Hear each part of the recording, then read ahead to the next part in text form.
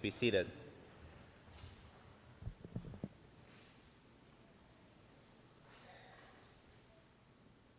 Beloved, today we hear and read again a story called Prodigal. Helpful perhaps for a moment here at the beginning is to remind ourselves of the definition of that word, of prodigal. Gratuitously extravagant, lavish, and wasteful, particularly in the use of money and resources. And this story has carried that name as far back as the 5th century in some Latin translations of the Bible. And while there have indeed been whole books that have pondered this one parable, today I'm inspired by an adapted form of reading the Bible called a Lectio Divina, to hear the story with the younger brother, with the older brother, and with the father, mindful of our Lenten context and our continuing season of transition. As we consider the story through the lens of the younger son, I'm not sure he had heard of the concept of giving something up for Lent. But I do wonder what it was that led to the words, "Father, give me the share of the property that will belong to me." Which is the equivalent in that time of saying, "Father, you might as well be dead to me. And I am leaving, and I am taking what is mine by right." Now, on one level, believe it or not, I too was a teenager who thought I knew everything. So there is that level of explanation. On another level, I wonder with curiosity, compassion, even, what was happening with this younger brother? I wonder that because the story begins with a definitive emotional cutoff from the most significant social identity a young man could have in that era, that of his father, followed by the younger son behaving like a person in need of distraction from something. I mean, it's hard to say, but reading this story, it feels like living it up doesn't have very much to do with living at all.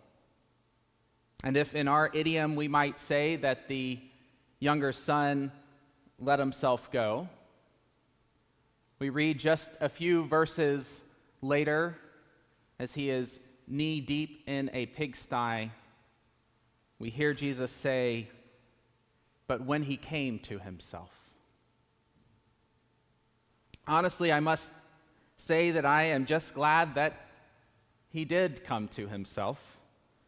I feel like I'm still coming to myself after such big changes in our country, recent elections, executive orders, administration, such big changes we've been undergoing, adapting to the season of transition here at St. Mark's.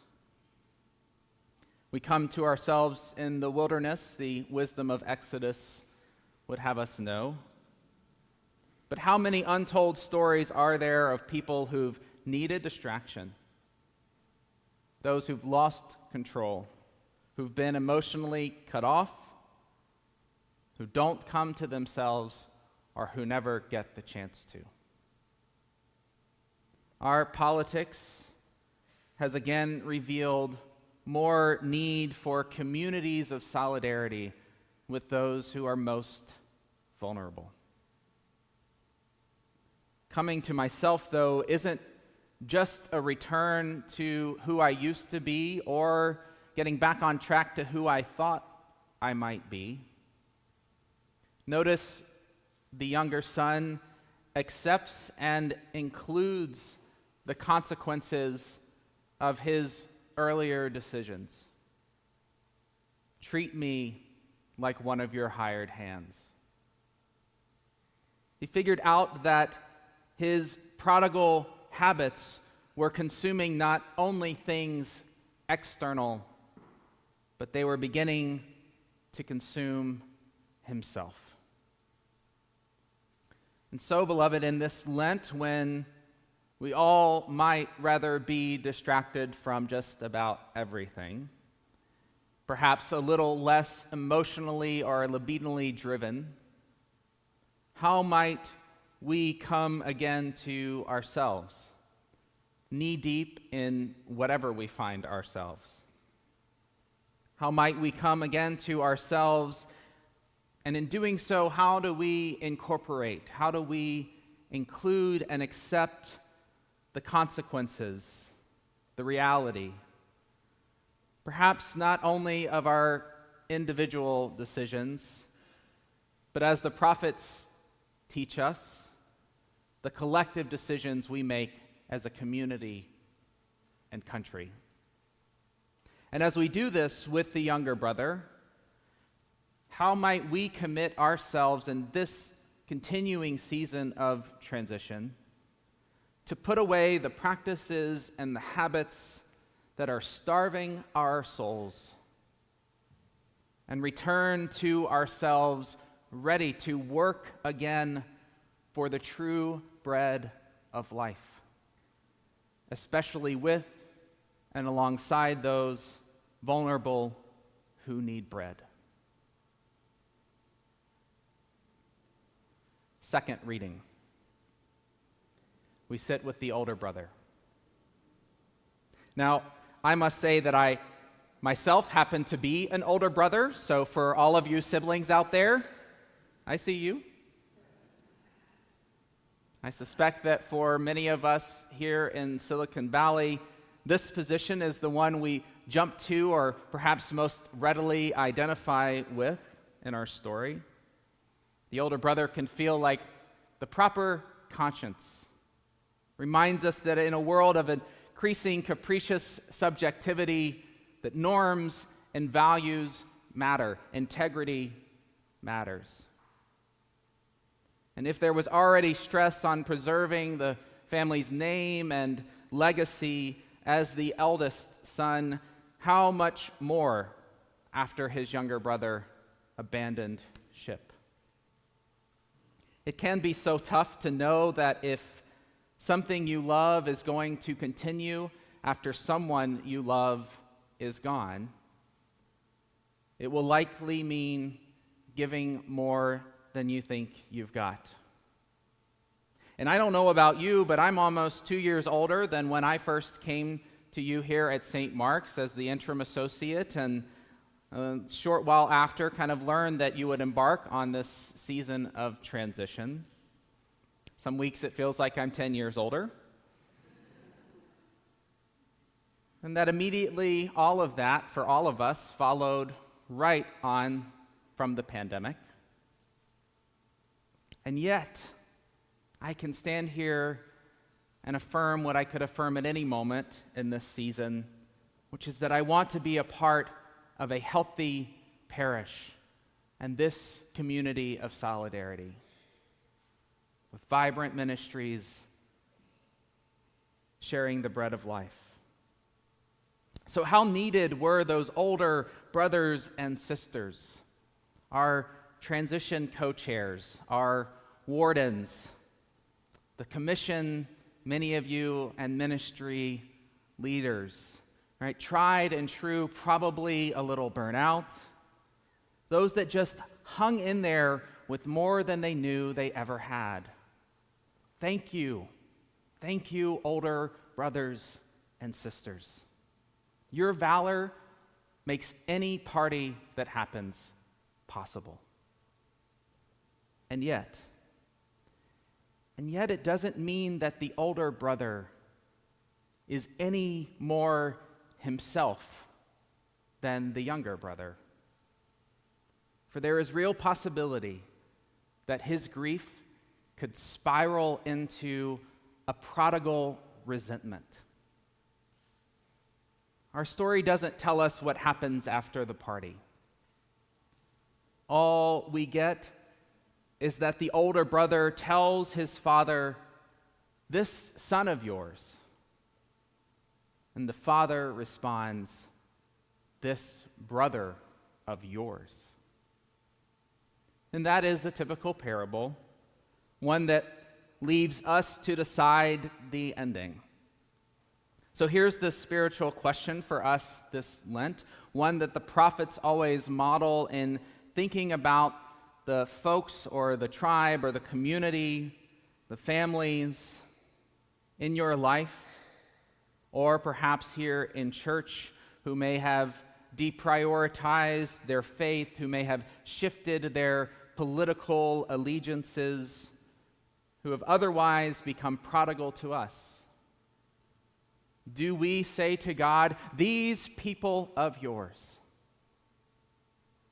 And can we hear God saying to us, "These sisters and brothers of yours"? And that leads us, beloved, on the third reading to sit with the Father, who, if you think about it, isn't too different from the youngest son. Right? The old adage, like father, like son. I mean, talk about prodigal, welcoming the son back who left, who squandered the inheritance, who ruined the family reputation. Welcomes that son back by throwing a big party for him, by killing the fatted calf, by getting the ring and the nicest robe. I mean, what a waste. Hashtag, am I right? Except I wonder if the father was really ever the same after his son decided to leave. I can tell you that I'm a mess some days, just flipping the calendar to the next month for my daughter's next trip out so that I can see her. And you better believe I'm going to run as far as the gate agent is going to allow me so that I can greet her and see her with a big hug when she gets off the plane. There's a midrash of this story in which it is said that each day while his son was away, the father would venture out to the horizon to see if his son had returned. What is it to sit with this father in his grief?